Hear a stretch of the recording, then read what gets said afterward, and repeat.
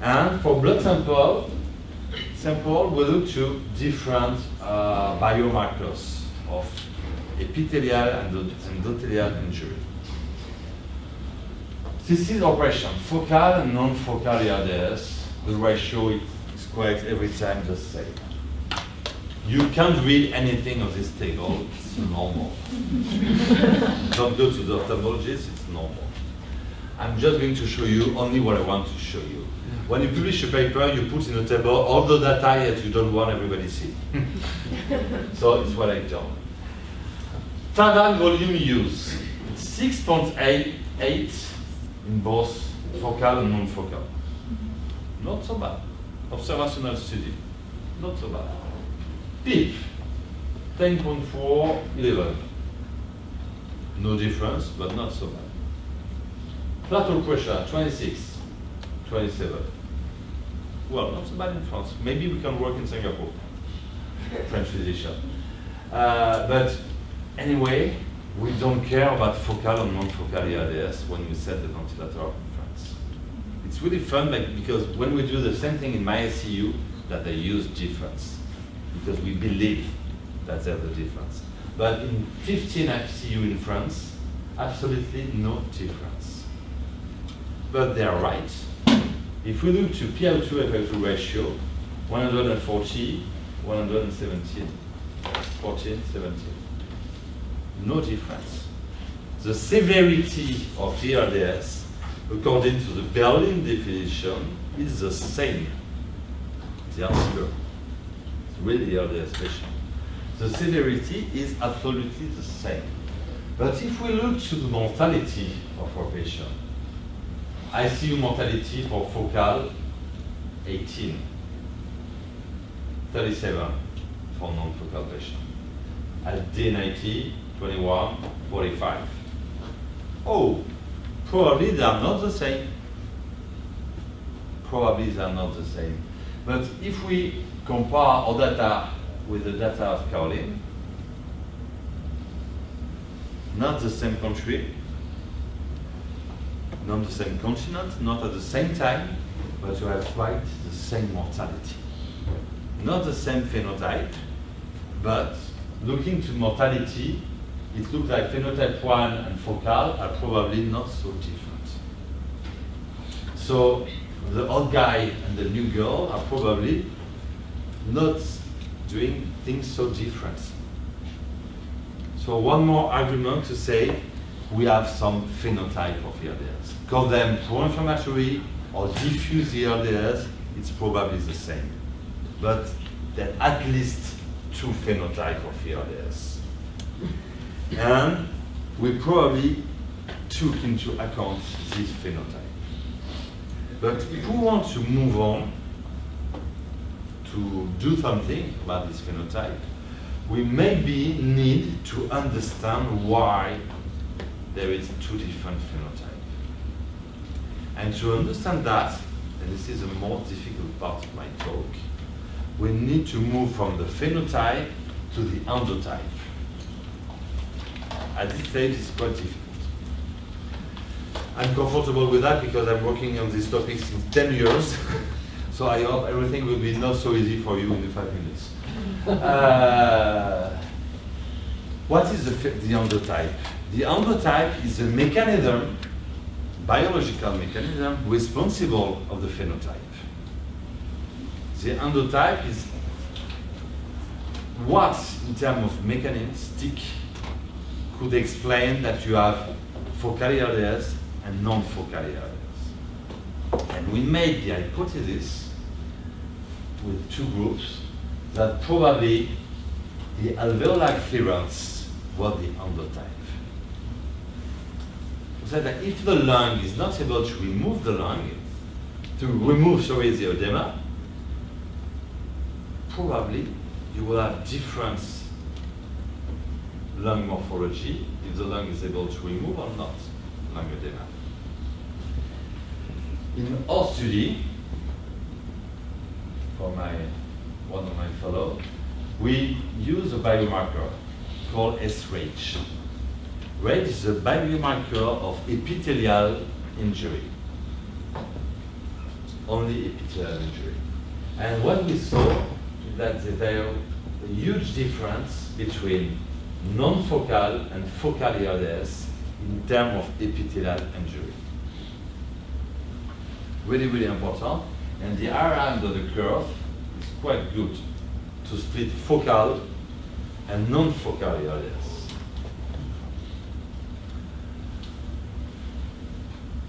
We made the hypothesis that rage may be a biomarker of alveolar clearance due to all papers from Michael Mattei group on ex vivo lung. They said that maybe S-rage and alveolar fluid clearance could be correlated. In human study we perform in my unit, we have some patients with really impaired alveolar clearance, some other with submaximal, other with maximal alveolar clearance. All ERDS patients, the rage level was not the same for this patient. So we move from human to, in the lab, to mice, because human are too complicated to understand what happened in. And when we induce ERDS in mice, you never can induce an ERDS in a human, or the judge come in the ICU and take you, remove you from the hospital. So we took mice. We induce ERDS and we decrease alveolar clearance. We know that since years and years. But at the same time, we increase S-rage in the mice. Oh, maybe S-rage and alveolar clearance could be at least correlated or associated. So, to move on in this way, we say that, okay, one step more to say that probably the impaired alveolar clearance is the endotype of diffuse ERDS. Is they just associated, or is it more than an association? So in mice, we can see that when we perform ERDS, we decrease alveolar clearance. If we perform an inhibition of rage, this is only research. Translational research is quite hard, I know. If we perform an inhibition of rage axis, we increase alveolar clearance. In the mice, when we give a rage antagonist, we restore normal alveolar clearance. It looked like it was possible. But rage axis is not so far from NF-kappa B, sorry. You know NF-kappa B? It's a baseline of inflammation in the whole of the body. So you have a toll-like receptor, a lot of things around rage. So mice, too complicated for our brain. So we move from mice to cell, because cells is more easy. I have no cell in my ICU. So we took cells, and you make one piece of cells.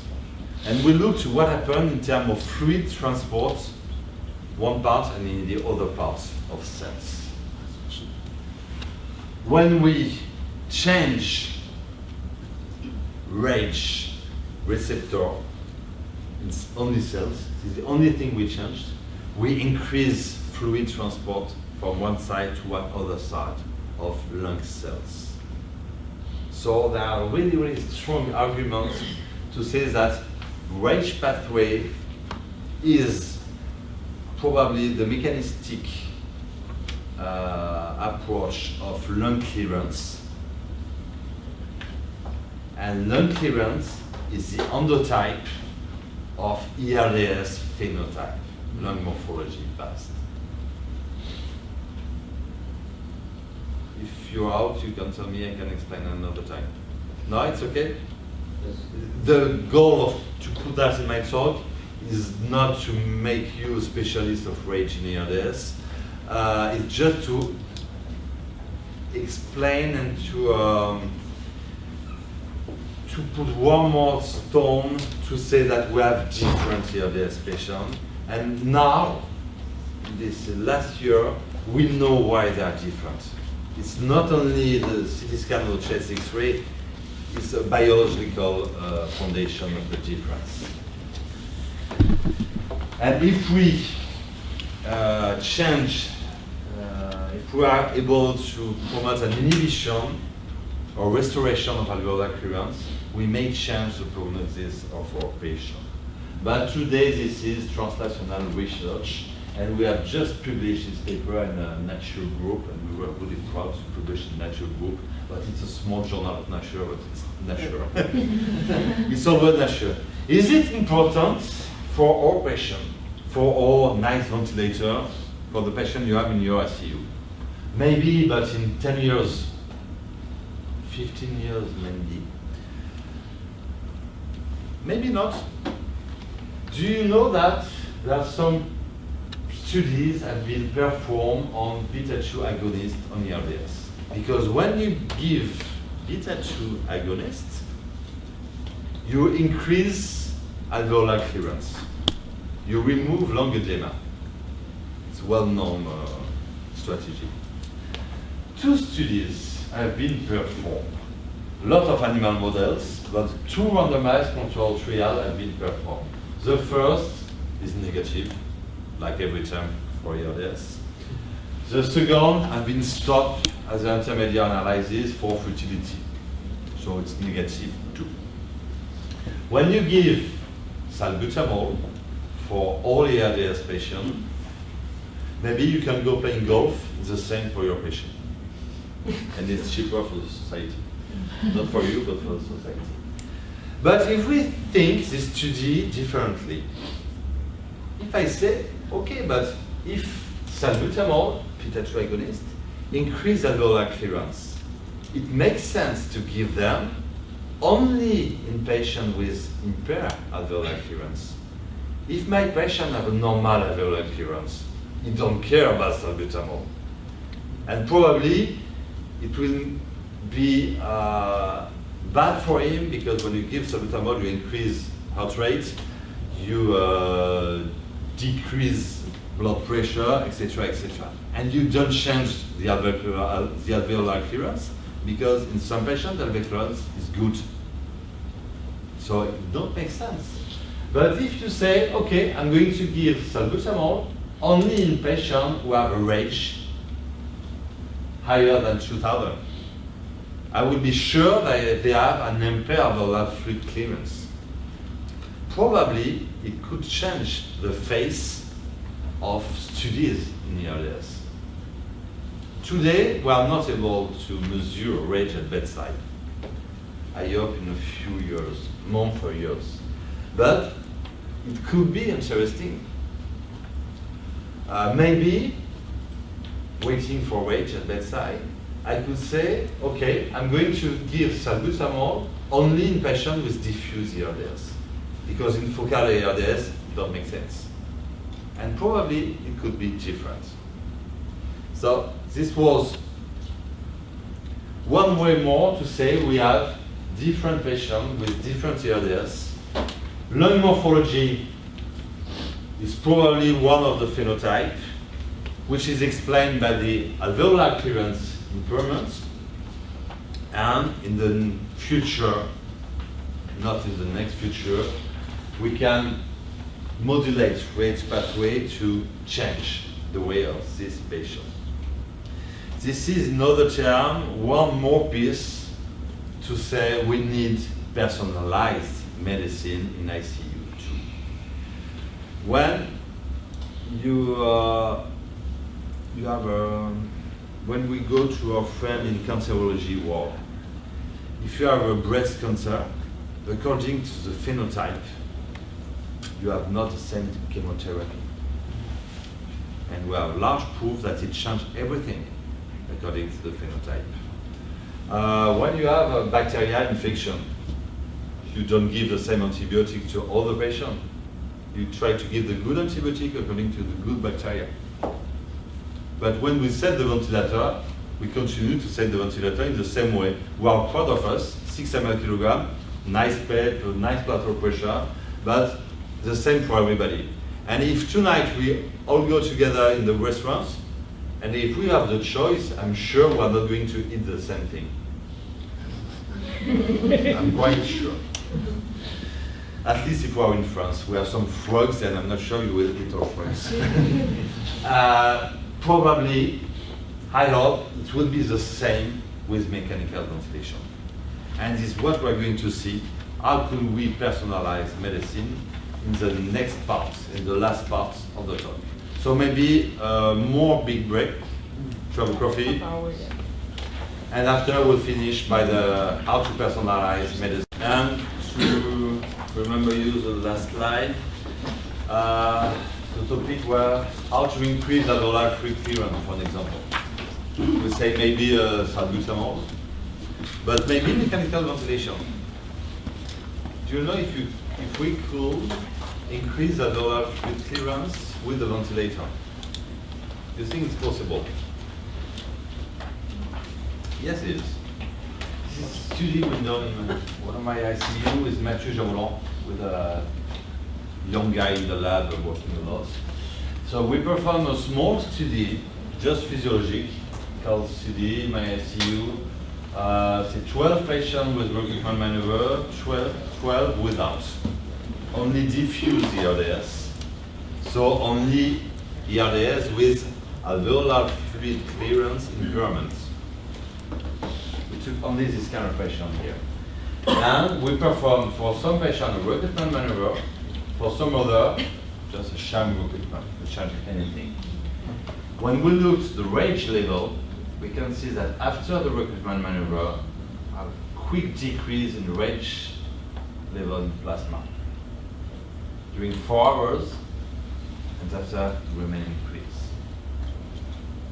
So probably we can modulate alveolar fluid clearance in patients with clearance impairments with recruitment maneuver. And a long time ago, we published this paper in 2007, but I think we performed it in 2002 or 3. We performed recruitment maneuver in ERDS patients, and we measure alveolar fluid clearance. We hope that we can change alveolar fluid clearance with recruitment maneuver. And in some patients, we change alveolar fluid clearance, and in some other, we do not change. At this time, we didn't know anything about rage, about endotype, etc., etc. It was really the basic of all that. And some of them, we improve alveolar fluid clearance, some other, not. We decrease alveolar fluid clearance. And looking to CT scan, they were focal and they were non-focal. It was just observational. We have absolutely no idea about what we did at this time. But we have the same results. When we perform recruitment maneuver, we should increase alveolar fluid clearance. So probably we need to recruit the patient with diffuse ERDS. I hope we need to recruit them. We'll discuss about that after. So how could we recruit the lung? Do you use recruitment maneuver? Sometime? Sometimes. Yeah? In the ICU? In the OR? Yes. More or less in the OR. More or less. We have more proof in the OR than in the ICU today. How to recruit the lung?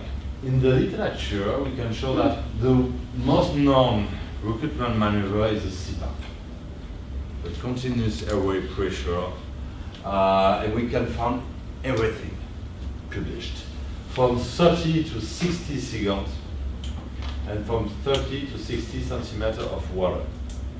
And some guys do 60 centimeters of water for 60 seconds.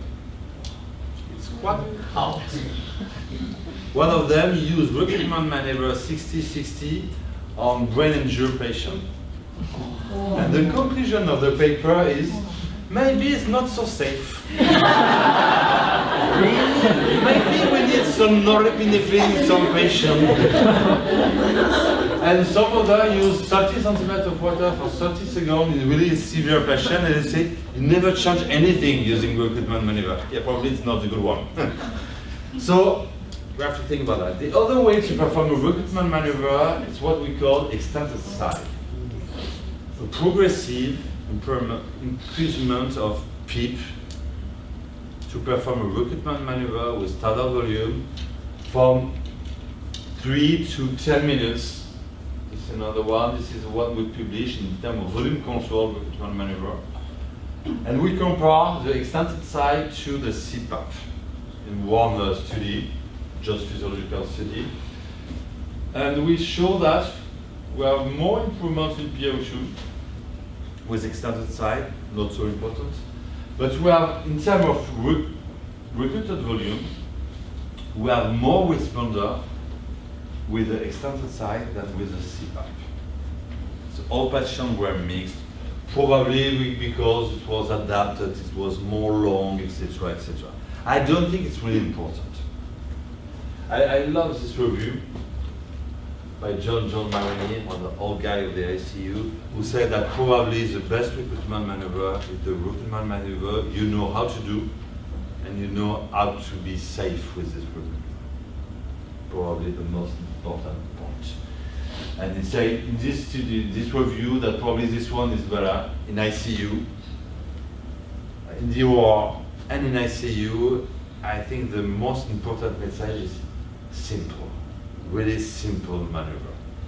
In the improved study, the study in the OR, where we perform small total volume, PEEP, and recruitment maneuver, do you know how many recruitment maneuver we perform for each procedure, each surgery? The main time of surgery was close from 3 hours. We perform 9 recruitment maneuver for each patient.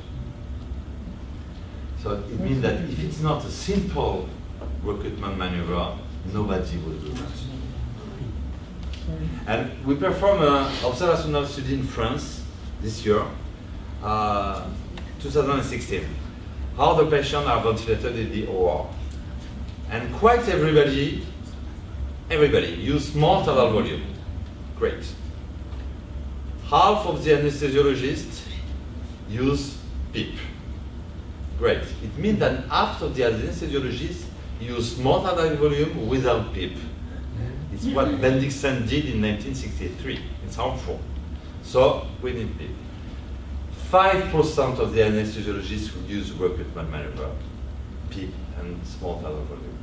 And the results of the improved study are due to PEEP, recruitment maneuver, and small total volume. So we really need to use both. It's important. Let's move on to thyroid ventilation. Sorry. Yeah. Regarding doing 9 recruitment maneuvers in a span of 3 hours, if I recall correctly, there are CT scan studies that show that recruitment maneuvers on the average can last for 1 to 1.5 hours. Why so frequent? Because the recruitment maneuver done in this study were not done during surgery. First response. When you have a surgeon working in the abdomen, probably compliance change. Second response, we tell 30 because we don't know exactly.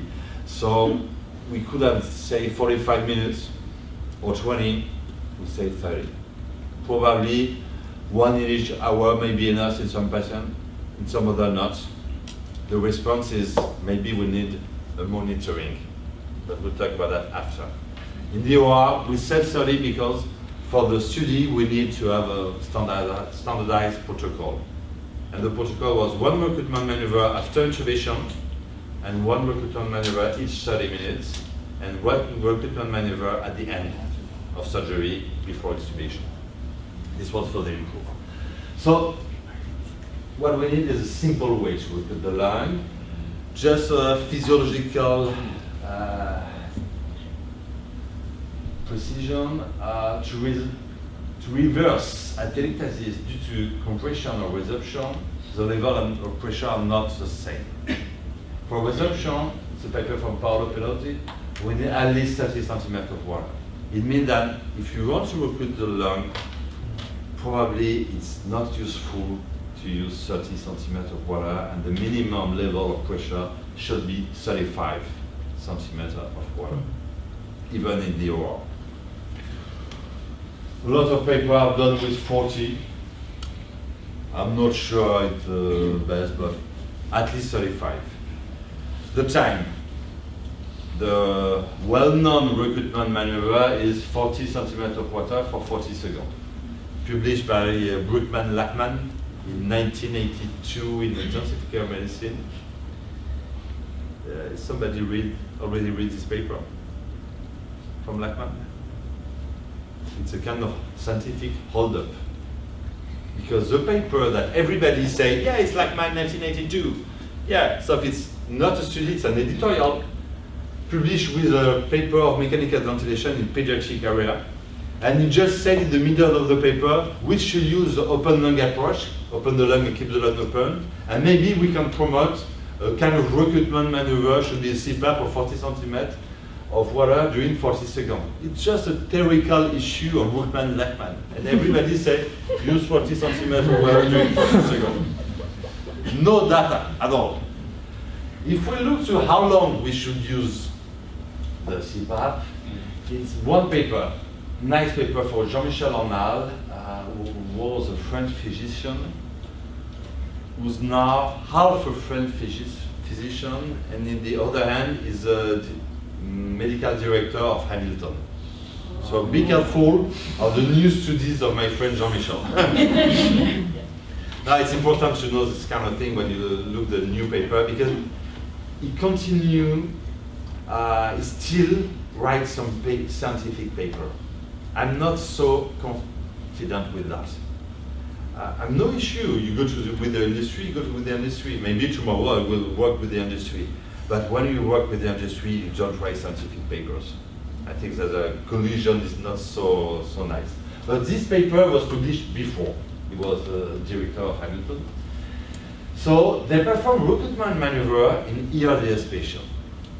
This kind of recruitment maneuver was done with the Hamilton ventilator, with a pressure volume loop, slow flow, low flow. So they performed the pressure volume loop with the inspiratory hold at 40 centimeters of water.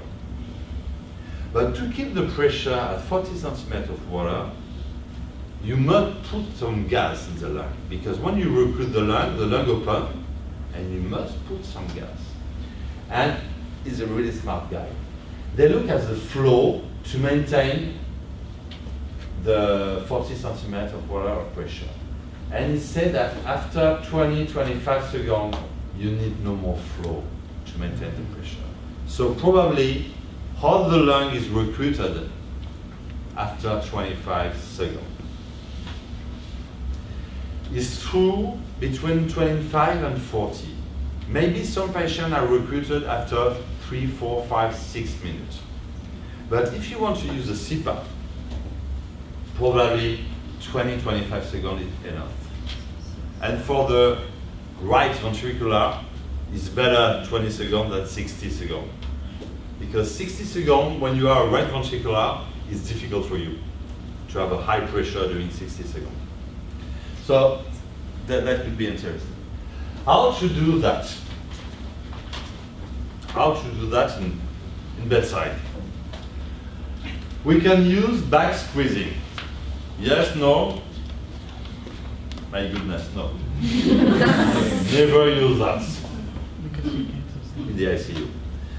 Why?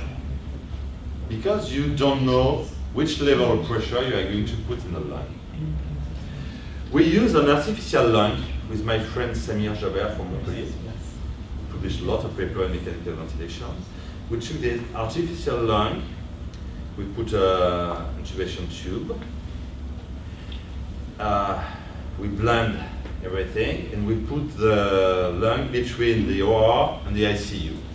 And everybody cross, physician, resident, nurses, anesthesiologists, who say, hey, the patient have a desaturation, please ventilate him. And everybody come and ventilate the artificial lung at the real patient. And because it was an artificial lung, we can see what level of pressure were used. And we measure pressure around 120 centimeters of water with the back squeezing.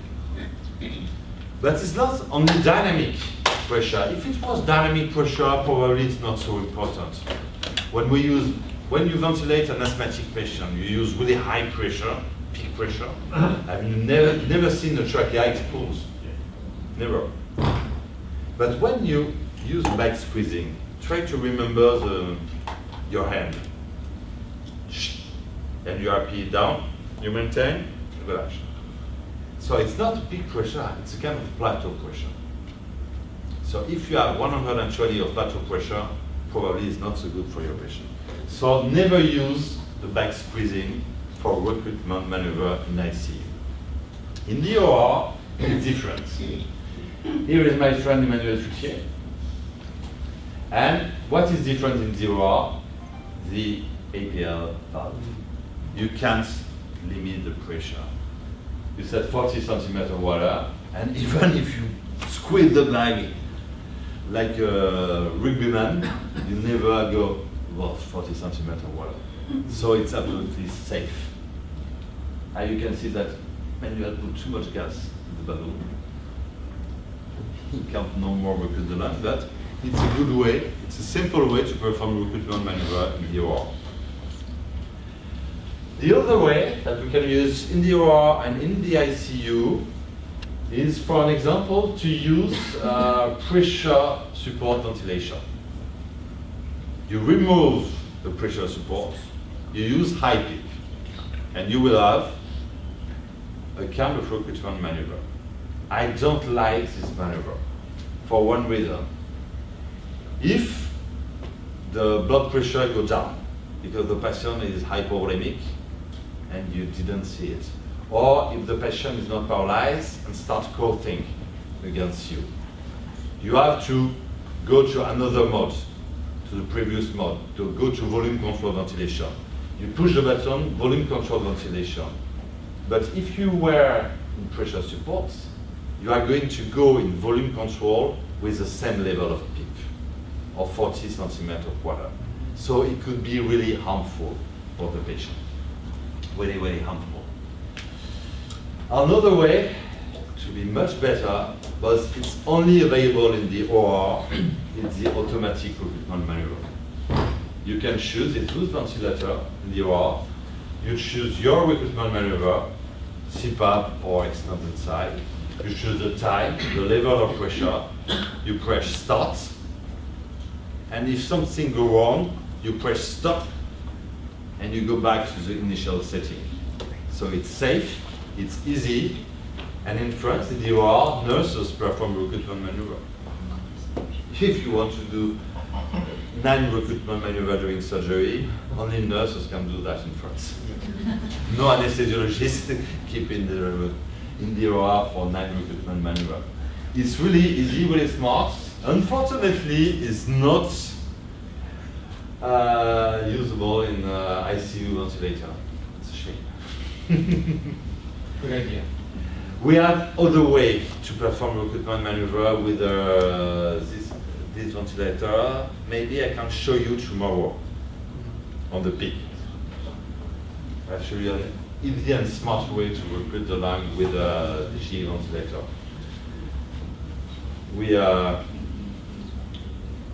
use a procedure which is not done for recruitment maneuver, but we use it for recruitment maneuver and it's perfect. I'll show you that tomorrow. To summarize, the good way is the simple way and the safe way to recruit the lung. Just to go back to Marcello Amato's study. This was the recruitment maneuver they used for the heart study. In 2012, they published in Critical Care physiologic effects of this recruitment maneuver. It was really safe in their study. But before inclusion in the physiological study, patients received 4 liters of fluid in the 24 hours before inclusion. So to have quite no hemodynamic effect of this kind of recruitment maneuver, you need a lot of fluid infusion in your patient. And probably it can be an issue for ELS patients with impaired alveolar fluid clearance. If to remove a kind of edema with recruitment maneuver, you need to put a lot of water for hemodynamic issue, probably the balance is not necessarily the good. 4 liters before the recruitment maneuver, just 1 recruitment maneuver, because in the heart study, 99 of the patients had only 1 recruitment maneuver due to hemodynamic intolerance. Probably the balance is not so good. When to recruit the lung, when to perform recruitment maneuver. I love this old study from Salvatore Grasso from Italia. Most of Italian guys work on respiratory. He performed recruitment maneuver in the early 2000 and said some patients are responder, some other are not responder. The only difference between responder and non-responder was the onset of ERDS. 1 day in responder, 7 days in non-responder. It just means that if your patient has ERDS since 1, 2, 3 days, 1 week, 15 days, probably is not the patient you have to recruit. I don't know if you have in your ICU some patient ventilated in a far hospital and they send the patient to the ICU of the reference hospital because it's too difficult for them. They have less personnel, less manpower, etc., etc. If you have the patient after 20 days of mechanical ventilation, don't even think about recruitment because the lung have been changed and it's too late. So early ERDS. And in my ICU, we said that if it was efficient with early ERDS, we said why it should not be efficient with all hypoxemic patients in the early phase of hypoxemia. And we performed a small study. All patients who were intubated in the ICU, we randomized recruitment maneuver versus non-recruitment maneuver. It was a randomized, blended for the analysis.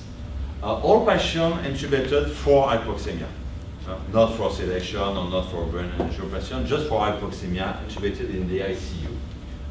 Take a lot of things. To go quickly, this is patient of the control group.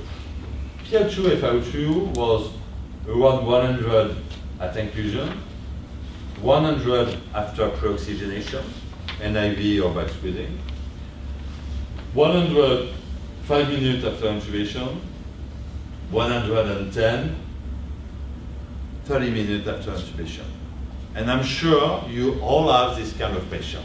It's 2 hours in the morning, you're on duty, the patient is hypoxemic on NIV or just with oxygen, and you say, okay, I intubate the patient and I go sleeping.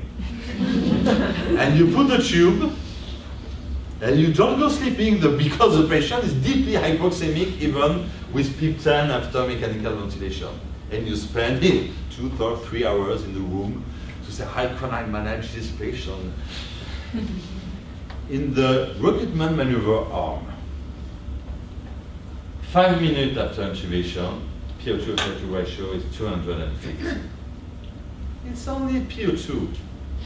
But I am more comfortable to set the ventilator for a patient who have a PO2 ratio of 300 than 100. And I go to bed quickly. The PO2 FiO2 ratio decreased after 30 minutes because we standardized the PIP level at 5 for all patients. Because they were not all ERDS, some of them were, and the ethics committee said do not use high PIP for all these patients. So we use low PIP. And for some patients, 5 of PIP is too low. So PIP have decreased. But now, in my ICU, when you intubated a patient for hypoxemia, we always perform recruitment maneuver just after intubation. One limit of the study is hemodynamic condition. In my ICU, to do simple, we use ketamine for all intubation. Probably, if we use other drug, you may wait some minutes before performing recruitment maneuver. If you use propofol or something else, maybe wait a little bit, because propofol or plus recruitment maneuver could be too more for the heart or for the vessel. It's just PO2, but it's more comfortable for us. Now, when to recruit the lung? When you have the recruitment. basic. You have de-recruitment after suctioning, we know that. Okay. Sometimes we should recruit some severe patient after suctioning.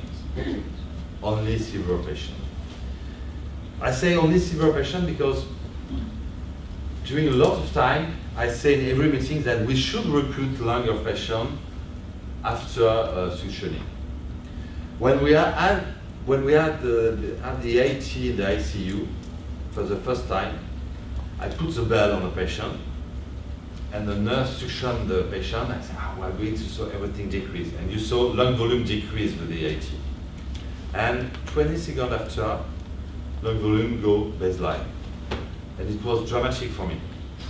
I said, in 10 years, recruit the patient after tracheal suctioning. And when you look with the AT, no change before and after suctioning.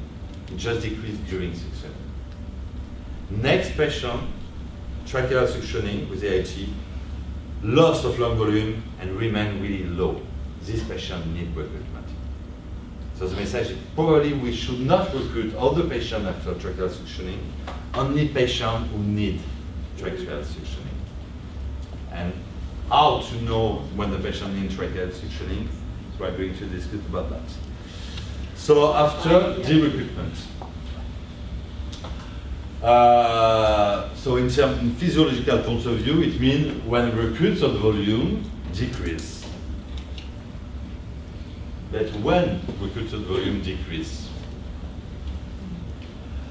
it's quite difficult at bedside. You can say, running around the patient, I think recruited volume decrease, but it's just smell like recruited volume. It's not so good when you smell. We need tools. What kind of tools are we today? We can look at the compliance. If nothing changed on the patient, no fluid administration, no decrease in neural blockage or something else, if the compliance decrease, we can think that lung de-recruits. It's really far from the lung, but it may be a good tool. We can look at driving pressure to be on the move. If nothing changes, if the driving pressure increase, probably the lung de-recruits. It's not so good. Maybe we should go directly to look at the recruited volume. So what is the recruited volume? Luciano said the recruited volume is a decrease in non-aerated lung weight. Evaluated on CT scan. Jean-Jacques Rouby said recruited volume is the increase of aerated lung volume in poorly and non-aerated area. It's more difficult to understand. I'm going to show you quickly. One slide. Two slides, sorry. Gattinoni's method. You take all the lung. Here are the Hounsfield units. It's the density of the lung. The normal lung is between -800 and -500. Normal lung, poly-aerated. Non-aerated is below 100, below -100. And here you have the baseline. And after, for example, PEEP, you have decrease in non-aerated lung weight. Okay? If you don't understand, say stop, because the other method is much more complicated. It's okay for you? More you have the amount of weight here, it is non-aerated area, more of your lung will collapse. If you decrease this part, we cannot say it's alveolar recruitment. The other definition is really complicated. You took a patient in ZIP, for example. This is left lung. You took the left lung and you say only this part of the left lung is poorly or non-aerated. So we are going to look only to this part of the lung, this one. Look at this part in DEEP and in PEEP and compare poorly and non-aerated lung region, this one, and normally aerated lung region. When you move from PEEP from deep, to PEEP, you put some gas in the healthy lung. Probably it's not interesting. Putting some gas in an area where you already have gas, not interesting at all. Here is the non-healthy lung, non-healthy part of the lung. Zip is in green. When you put the PEEP, you put some gas in this region, where poorly and non-aerated, and you move them that normally aerated region. Recruited volume is this part. Probably not dangerous, but not useful. This part is recruited volume. And what we want to do at bedside is to put some gas in the poorly and non-aerated lung region. And it's not so easy to put some gas here and not here. If you put some gas between minus 500 and minus 900, it's not harmful. It's not useful, but not harmful. But if you put some gas below 900, this is hyperinflation, and this is harmful. So this is quite difficult to manage at bedside, because all of that is CT scan. And to perform that, this calculation for one patient, do you know how long it did? 3 hours. 6 hours. It was my PhD. So I spent nights and nights analyzing CT scan. And now I have glasses. Thank you. So this is research. Remove. What could we use at bedside? Maybe we can use FRC, because FRC is long volume, so it could be helpful. This is the module of the old ventilator, not this one. It's further, but it's quite the same. It's quite the same. What GE provides us is a way to measure FRC. So FRC, if you have no PEEP or any respiratory lung volume, at bedside with a simple ventilator, with an algorithm with a wash-in, wash-out method of nitrogen, and which is going to give you a number, which is the FRC of your patient. It's a magic number. When we start using this device, I'm not so confident with everybody. I'm not paranoiac, but I don't feel really confident with anything. So we say we need to go to CT scan to make the comparison between FRC by the ventilator and real volume, or CT scan or helium dilution research. But it's way boring to do that. And I am a lucky guy because Luciano team do that before me. Fantastic. They performed this really boring study. They took patients with the GE ventilator, and they compare the FRC module with the GE ventilator with the helium dilution and with CT scan. And the correlation is quite perfect. So we could be confident with the module provided by the ventilator, the GE ventilator. I say FRC when you have no PEEP. We say N expiratory lung volume when we have PEEP. When it's the same thing, absolutely the same. It's just a level of pressure you have. So what can we do after the cell, the mice, and the CT scan for the recruited volume? What can we do at bedside with FRC? I think first of all, we can monitor alveolar de-recruitment. Not recruitment, but de-recruitment. And the difference is really, really important. When you took a patient, you catch a patient with healthy lung, you put in the OR, you put your drugs, and you intubate the patient. Do you know what you do in terms of FRC? Yes, no, more or less? We do that with Emmanuel Foutier. Just intubation and put the patient on mechanical ventilation. In terms of FRC, you lose 40% in non-obese, 60% in obese patients. Just put the patient on mechanical ventilation.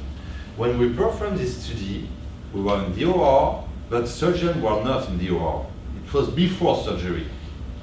Quite difficult to keep the surgeon out of the OR during 1 hour. Study during 1 hour, but we tried. And the loss of FRC is between 40 and 60%. And SpO2 do not decrease, because when you intubate the patient, you have a really high FiO2, high PaO2, so you can see that on the usual monitoring. But we put this ventilator is further in the OR, and we can see the difference before and after intubation of the patient. It's dramatic. Why? Back to the animals. Because when the animals are spontaneously breathing, the diaphragm contraction, put the diaphragm down, and put the gas in. When you intubate the patient and start mechanical ventilation, is the gas push on the diaphragm. And it never push so long as when the diaphragm contracts by itself. So quickly you have atelectasis, the back part of the lung. So probably the first answer to avoid the decrease in FRC induced by mechanical ventilation in ICU is to let the patient breathe by himself. And the new ICU is to put the patient on a bicycle in pressure support ventilation and to let him breathe by himself. This is 10 hours after ICU admission. Blood lactate was 12 at admission. The patient is with norepinephrine, remifentanil, dexmedetomidine, and he's breathing by himself. The bicycle helped him to cycle, because the physiotherapist stopped the bicycle and asked him to cycle. He said, "Give me some money if you want to cycle." It's a real patient. So it's difficult for cycling for him. But 12 hours before, he was sedated with high dose of norepinephrine, etc., etc. It's easier if we can help him at the beginning. But look at scope, it's stable. Look at the ventilator. FiO2 is 0.6, PIP 10, pressure support 10. It's a real patient. It's a real hypoxemic patient. But he breathes by himself. Probably the solution. And I love when ERDS patients at day 3 are on a chair trying to do some crossword or something else. I think this is the future of ICU. Unfortunately, not all the patients can do that. So if they can breathe by themselves, but you have not the time or they are too severe, probably to remove FRC, we can use PIP to keep the FRC higher in the OR. And what we show with Emmanuel is that if you want to avoid the loss of FRC after intubation, the best way is to use PIP and recruitment maneuver, even in the OR. But in the ICU, what can we do with the FRC? You can see this patient, intubated, first FRC measurement, really low for an adult patient. So we perform a recruitment maneuver, FRC goes up. 1 hour, 2 hours, go down. New recruitment maneuver goes up, etc., etc. So we use FRC. My goodness, it's unuseful. To use this method is really difficult. Maybe we can use high flow PV curve. But if we use high flow PV curve, the PV curve is just a resistive curve. You can't do anything about that. All my residents perform PV curve with high flow and say, "Oh, look at the inflection point." Yeah, okay, it's the tube. It's the difference between the tube and the trachea, your inflection point, because it's only resistance. But with this ventilator, and it's really smart, you can use high flow PV curve called the dynostatic method.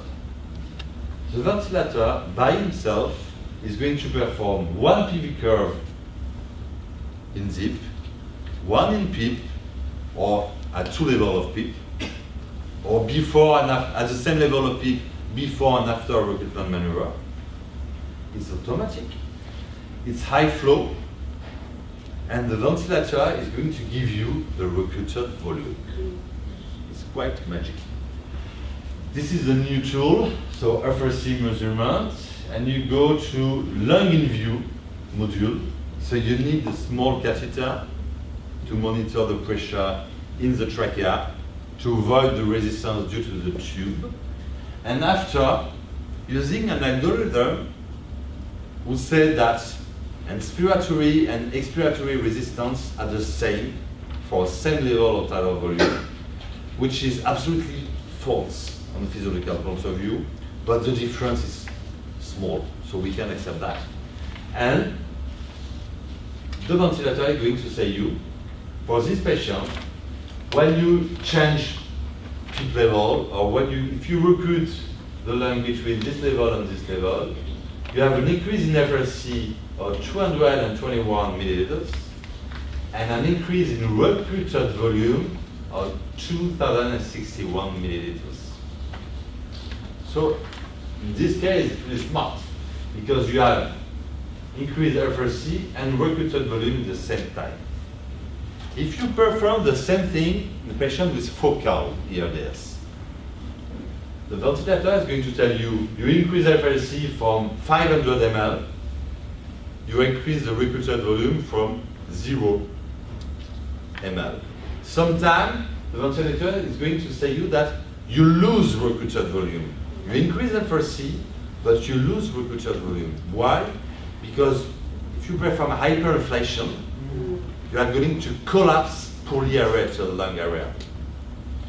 So it could be worse after recruitment maneuver. This method to assess recruited volume is nicely correlated with the CT scan method. I did this study in the CT scan, and I can assure you that both methods are efficient to measure alveolar recruitment. But really easy to do, to perform. What will you do more with FRC measurement at bedside? Maybe we can use to set tidal volume. Because we said since the beginning, tidal volume is 6 to 8. Yeah, but 6 to 8 for most of the patients. Is it for all patients? I'm not sure. We don't care if I'm not sure. Lucia Nugatinoni is not sure. It sounds better. Because according to the strain of the patient, we may set the tidal volume. In other words, more the FRC of the patient is high, more we can give him tidal volume safely. More the FRC is low, less we have to give tidal volume. And in some patients, 6 is really too high. Maybe 4 is good. And in some other, 8, 9 would be useful. Probably no more. But it would be really interesting to set the tidal volume according to the strain. The strain is the lung alveolus deformation according to the volume you put in, to summarize. It's a quite complicated approach. If you have nothing to do during the long night where you can sleep, maybe you can see this, read this paper, very interesting, this one. Sorry, I think I read it 3 or 4 times before beginning of understanding something in the paper. Quite difficult, but it could be an approach for tidal volume. For PEEP sitting, maybe it's interesting too. This is the paper, the study of Daniel Taimor I showed you at the beginning of the lecture. Daniel showed us that when they use the vagal pressure, PO2 was higher, compliance was higher. What I think interesting is that when we look to the PEEP use in the esophageal guide pressure versus control arm, it's more PEEP in most of the patients, it's less PEEP in some other patients. And you remember the transpulmonary pressure? It means that if the chest is stiff, probably they use higher PEEP to keep the transpulmonary pressure positive. The paper was really simplistic. It's a US physician, Daniela. It's a good one, but it remains a US physician. So he said, just keep the transpulmonary pressure positive. Not 8 or 6 or 10, just positive. And in some patients, they need really high PEEP to maintain the transpulmonary pressure positive. In some other, they decrease. And more interesting, in the online supplements of the paper, when you use PEEP FiO2 to set the PEEP, you increase PEEP in some patients, after you decrease, after you increase, after you decrease, but it's 13 at the beginning, 13 at day 3. Why?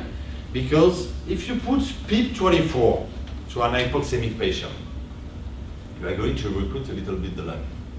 So PO2 is going to increase. If you set PEEP according to PEEP FiO2 table, if the patient is less hypoxemic, you are going to decrease PEEP.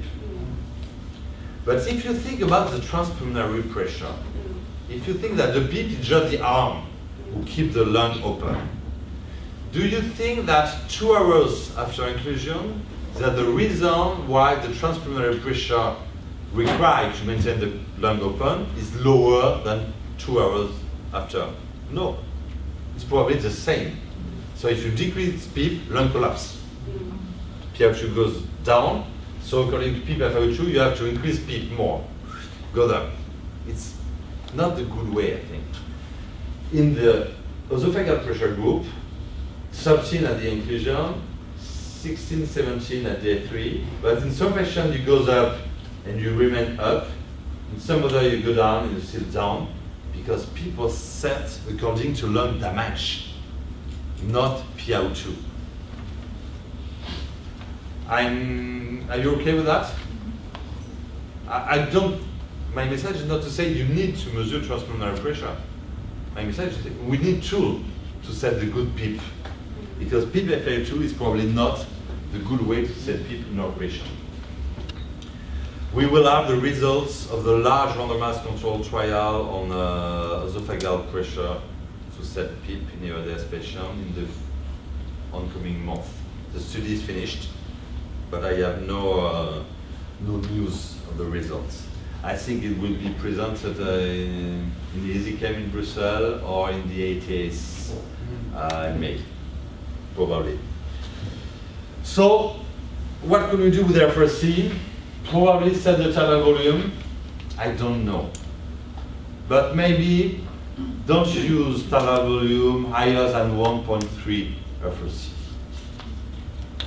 But in some patients it could be higher than 6.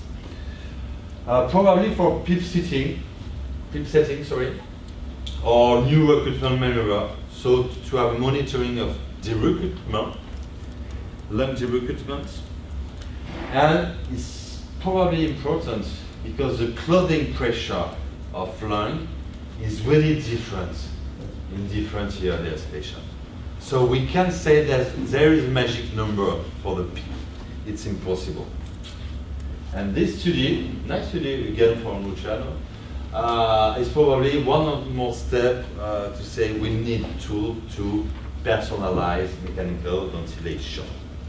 This is the new way to give mechanical ventilation to our patient.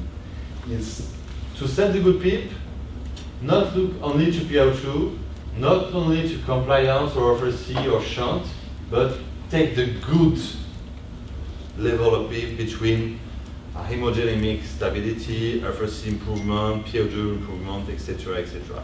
This is really smart, really modern. Do you know this figure? I'm sure you know this one. Yeah. This is really, really modern. Peter Sutter, New England, 1975. Why? Nobody talked about that. Because when Peter do that, in Geneva, he takes the patient from the ICU to the lab for 6 hours, do all the measurements, and say this is a good PEEP, and bring the patient back to the ICU. Or he tells to 5 residents, go to the lab, take all the devices, bring them in the ICU, do all the measurements, and go back to the lab 6 hours after. It was impossible. Today, we have tools to do that at bedside. And I think the revolution for the next years, oncoming years, is to use this tool at bedside to tailor mechanical ventilation. It's theoretical point of view, does it really matter? Does it going to save life to our patient? I don't know. I don't know. We have finished in May the life study. Life study is the last randomized controlled trial we performed in 20 ICU in France. Live is for lung imaging for ventilator setting in ERDS. It was just because I want to call the study live. What is the algorithm we use? The control arm, now first, we say ERDS is an emergency as septic shock. So we don't want to include patient after 3 days of mechanical ventilation for ERDS. All patients were included before 12 hours of the onset of ERDS. Of the first blood gas analysis show that the patient have severe or moderate ERDS. We go to CT scan to have lung imaging. If we don't have a CT scan, we use chest X-ray and lung echo. In the control group, we use the table of the law, at least in the US. PEEP set according to PEEP FiO2. Tally volume 6 ml per kilogram. And that's all. Patients were sedated and paralyzed. In the interventional arm, we set the ventilator according to lung morphology. For focal ERDS, we use early prone position, as soon as possible after the randomization. Put the patient in prone. Because we know that if we increase PEEP to this patient, we promote hyperinflation. So we can't increase PEEP. We can't recruit them. So prone position, we use large total volume, 8 ml by kilogram, because we think that probably the strain is low in this patient. They have large, huge FRC, so we want to use large total volume. We could have used air 860 for all patients, but we don't have this ventilator in all ICU. I didn't want a protocol that was dependent of one ventilator. So we say is the cheap FRC, probably 8 ml per kilogram. It would have been better with FRC measurement. We do the cheap way to do that. Low PEEP, between 5 and 10, no more than 10. For diffuse ERDS, called non-focal ERDS, we use recruitment maneuver and high PEEP, set according to the express trial. 6 ml kilo of total volume, and we increase PEEP to reach 30 centimeter water of lateral pressure. Perform recruitment maneuver and increase PEEP again because the lung was recruited. In both arms, as soon as PO2 or NiFi2 ratio was more than 200, for 4 hours, we stop neuromuscular blockage, we stop sedation, and we make patients breathe by themselves. And as soon as possible, we try to extubate them, if it was possible. We include 420 patients. After exclusion criteria, in form of consentement, removal, etc., we have 400 patients randomized to 2 arms. The paper is not published. I quite finished the paper yesterday night because I was unable to sleep. The paper is quite finished. It will be submitted in the New England Journal. Submitted, not published, submitted. I hope it will be published one of those days, but at least it will be submitted. So the results are unknown of everybody. I showed one slide yesterday in Jakarta. I would like to show you the slide for the discussion. Please don't take photography of this slide because it's unpublished. You will have all my slides. All the other slides, I will share it with you. Not this one, because I hope the paper will be published in the New England, and they have no humor. They never laugh with previously shown data in the New England. So this is really, really previous results. We have 400 patients. Introduced earlier is one of our consultant intensivists. She's also one of the clinical directors of the RT unit. So I thought we'd get her to lead the question answer. Yes? Yes, I think so. Yeah. Thank you very much again for all your energetic descriptions of all the work that you've done. And I think it was really nice to be in this small room to have a cozy discussion about the history of the RDS and where we are and what we're looking at in the future. I did think that in a way I was a bit depressed because it was like all the studies and all the maneuvers we were trying to do on the patient don't seem to help. So I guess now the message is more personalized care for patients at the bedside. So right now in your unit, if let's say someone has early ARDS, you base your management based on imaging, is that correct? First, whether it's focal or not? Because it sounds like a lot of the therapies are dependent on whether it's diffuse or focal. Sure.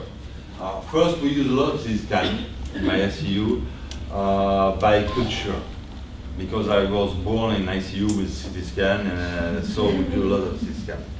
But I would say we use less and less CT scan.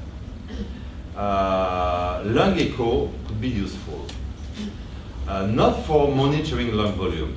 There's one paper for one of my friends, Belaid Boujemal, who used lung echo to monitor repertoire volume. Bullshit. Impossible. Your friend? Yeah, it's my friend. Good friend. A really good friend of mine. And I say the same thing when he's in the room. Now, this is research. First of all, you need 30 minutes to do lung echo before and after PIP measurement. Second, I'm not sure about the result. But lung echo is quite perfect to say, oh, that B line all over the lung is probably diffuse ARDS.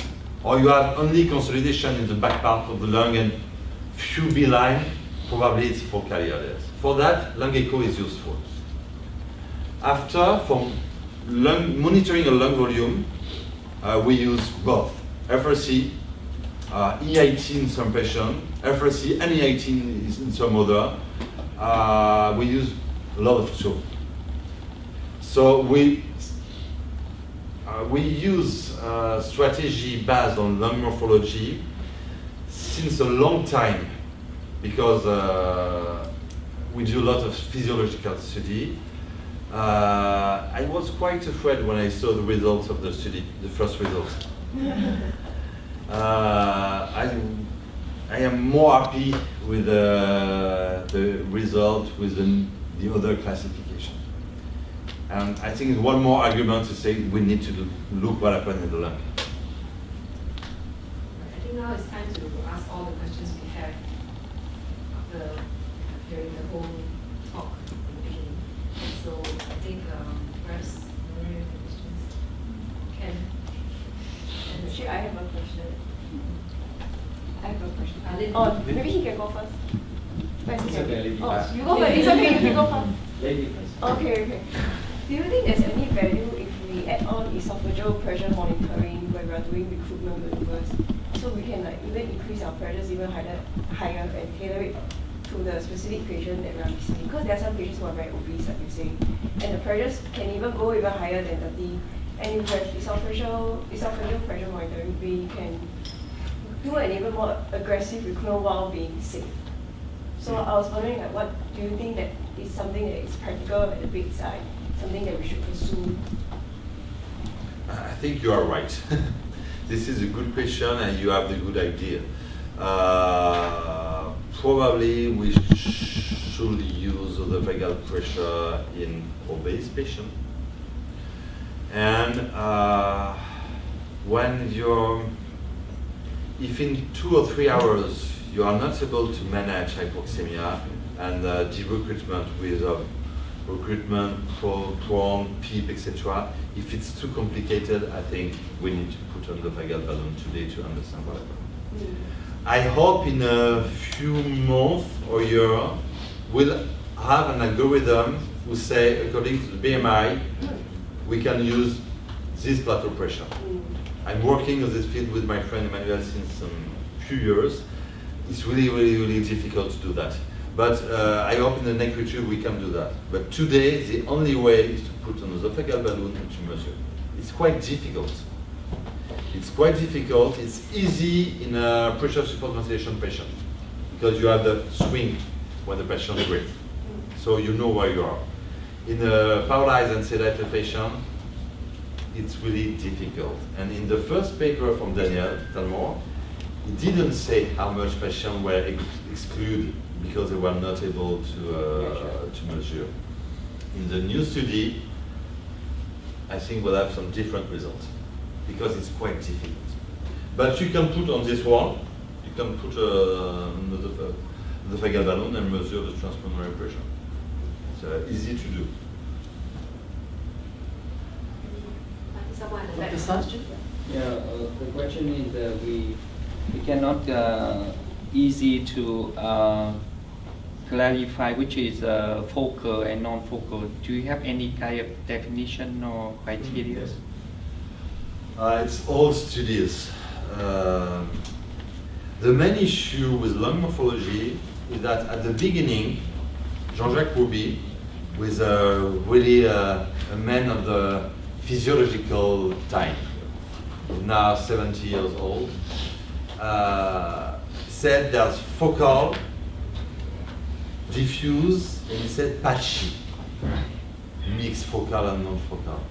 Three possibilities, one is too much. So we said in the early 2010, 2005, focal, non-focal. So focal is only loss of aeration in the back part of the lung, in the lower part of the lung. If you have a loss of aeration from the diaphragm to the apex, it's not focal. If you have a loss of aeration from the back to the front of the lung, it's not focal. If you have any doubt, consider it's not focal. Luciano Gattinoni, when I showed him the result, he said to me, you are the French and you never understand anything in France. You should have to do 2 slides. And probably he's right. If you have a doubt, do 1 CT scan with people 5 and 1 with people 40. And you will have the answer if the patient is recruiter or not recruiter. It's not so easy. But Luciano do not do a CT scan from the apex to diaphragm. He used only 1 slice just behind the carina. It's a way to do that. In daily practice, honestly, sometimes we have doubt. We try 1 recruitment maneuver.